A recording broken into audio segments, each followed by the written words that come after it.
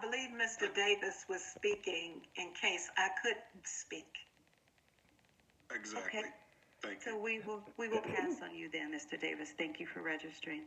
Next speaker, Malika Gardner. I hope I enunciated that right. Malika Gardner from Evanston. Yes.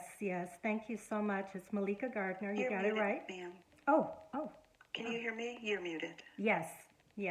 There you go. Thank you. Please proceed. Yes, it's Malika Gardner. Thank you so much.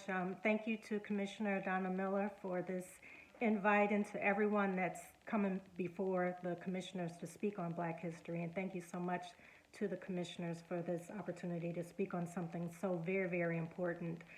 My name is Malika Gardner. I do the local media here. I'm the only Black media here in Evanston.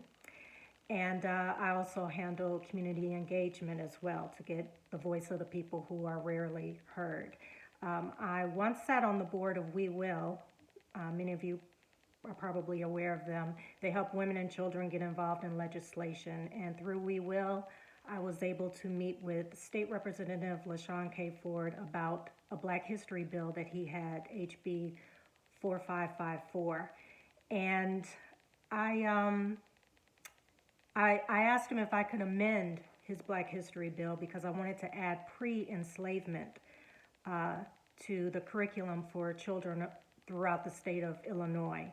I felt it's important that people understand who Black people are, our contributions to this world, that we built kingdoms, we contributed to architecture, literature, science, and that's not really being taught in our schools. Black history is so important, and if people understood that we're the original people of the planet, I truly believe that it would teach children at a young age, K through 12, to have a respect for who Black people are, and it would better our race relations, as well as for Black children to give them a sense of self-identity and self-worth and self-value. You know, we wouldn't have cases like Tyree Nichols if Black people really knew who they were, and they're taught this at an early age.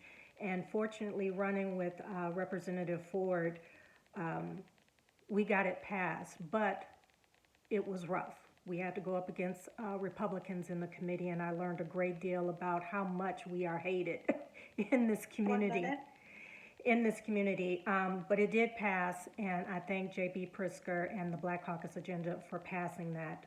So it is mandatory in the state of Illinois. But I also want to say, let's not add to the tragedy of our Black history by supporting Evanston Reparations, which is an insult to make social programs as our reparations. Please don't add that as part of our Black history.